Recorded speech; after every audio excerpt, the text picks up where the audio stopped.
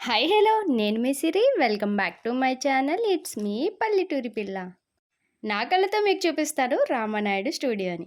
Okay okay, కళ్ళతో కాదులే, నా కెమెరాతో చూపిస్తాను, చూసి ఎంజాయ్ చేసేయండి. అండ్ ఇది చూస్తున్నారు కదా, రామానాయుడు స్టూడియో బయట బీచ్ వ్యూ అయితే సూపర్ ఉంది. నిజంగా నాకైతే చాలా బాగా నచ్చింది. అండ్ ఇది వచ్చేసి ఎంట్రన్స్.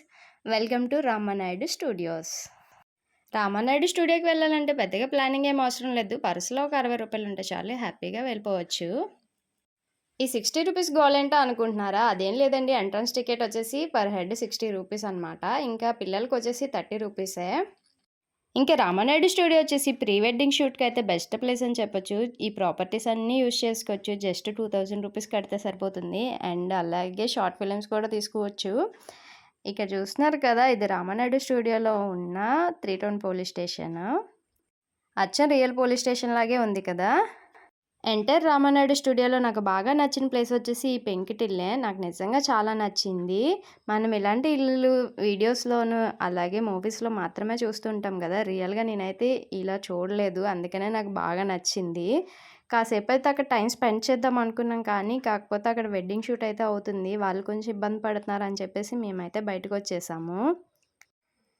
ఆ పెంకుటిల్లు పక్కనే ఒక పెద్ద ప్యాలెస్ అయితే ఉంది. ఆ ప్యాలెస్ కూడా నేను లోపలికి వెళ్ళి చూపిస్తాను, అది ఎలా ఉంటుందని చెప్పేసి. నిజంగా షాక్ అవుతారు చూస్తే. అండ్ ఇక్కడ చూస్తున్నారు కదా, అందరూ ప్రీ వెడ్డింగ్ షూట్స్లో బిజీగా ఉన్నారు. ఇది మ్యారేజ్ సీజన్ కదా, ఎక్కడ చూసినా వాళ్ళే కనిపిస్తున్నారు స్టూడియో మొత్తం. అండ్ ఇప్పుడు మనమైతే పోలీస్ కమిషనర్ ఆఫీస్కి అయితే వెళ్దాము. పోలీస్ కమిషనర్ ఆఫీస్ అంటే ఏదో సీరియస్గా భయపడిపోకండి, అమ్మో కమిషనర్ ఆఫీసా అని చెప్పేసి. ఇది ఉత్తుత్త ఆఫీసే. ఇంక లోపలికొస్తే చూడండి, పోలీసులు లేరు, ఏం లేరు. లోపల ఏమున్నాయో ఇవన్నీ ఎక్విప్మెంట్స్ అనమాట. మూవీ షూటింగ్స్ అప్పుడు వాడుతుంటారు కదా, ఆ ఎక్విప్మెంట్స్. మరి ఇప్పుడు కూడా ఇలాంటివి వాడుతున్నారో లేదో తెలీదు, లేదంటే ఓల్డ్‌వో. ఇవన్నీ ఒక మ్యూజియం లాగా అయితే ఏర్పాటు చేశారు.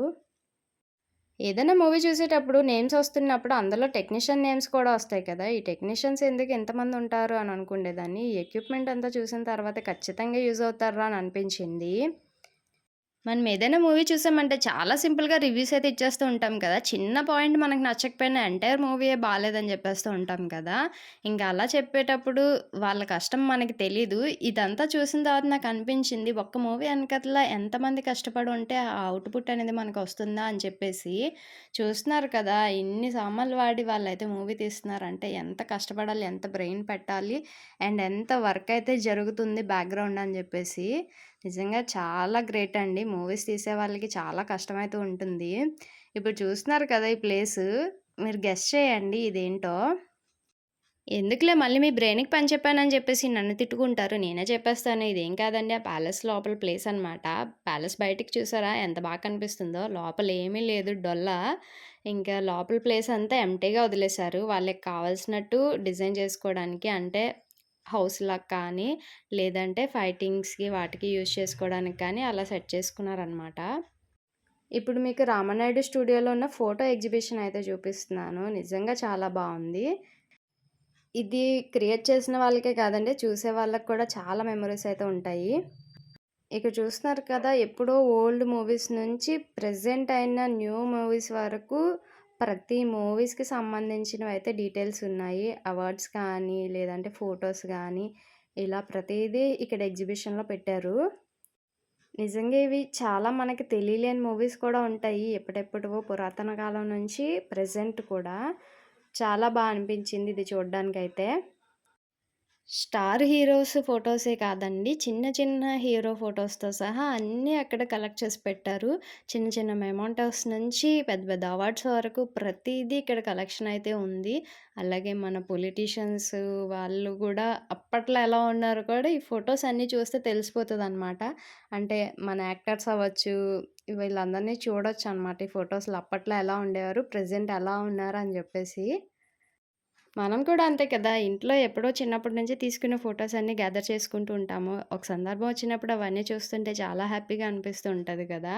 అలాగే ఇవి చూసినప్పుడు కూడా నాకు నిజంగా చాలా హ్యాపీగా అనిపించింది. ఇంత కలెక్షన్ ఇక్కడ పెట్టారంటే నిజంగా చాలా నచ్చింది నాకైతే.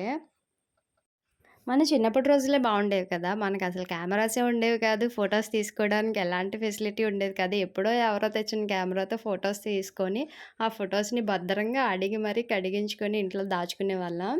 ఆ ఫోటోస్‌ని ఇప్పటికీ స్టిల్ చూసుకుంటూ ఉంటాం గదా!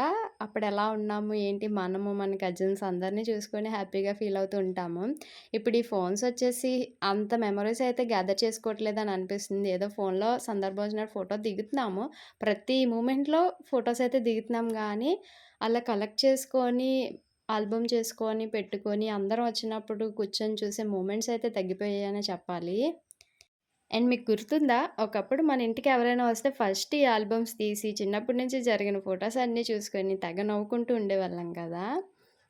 మెమోరీస్ ఎప్పుడు హ్యాపీగానే ఉంటాయి కదా! గడిచిపోయిన రోజులే చాలా బాగున్నాయి అని అనిపిస్తూ ఉంటది. ఈ ఫోటో ఎగ్జిబిషన్ చూసి కొంచెం ఎమోషనల్ అయితే అయ్యాను. మిమ్మల్ని ఏమైనా ఇబ్బంది పెడితే సారీ. అండ్ మీకైతే ఈ వీడియో నచ్చితే లైక్ చేయండి, షేర్ చేయండి. అలాగే మన ఛానల్‌ని సబ్స్క్రైబ్ చేయండి. Thank you for watching.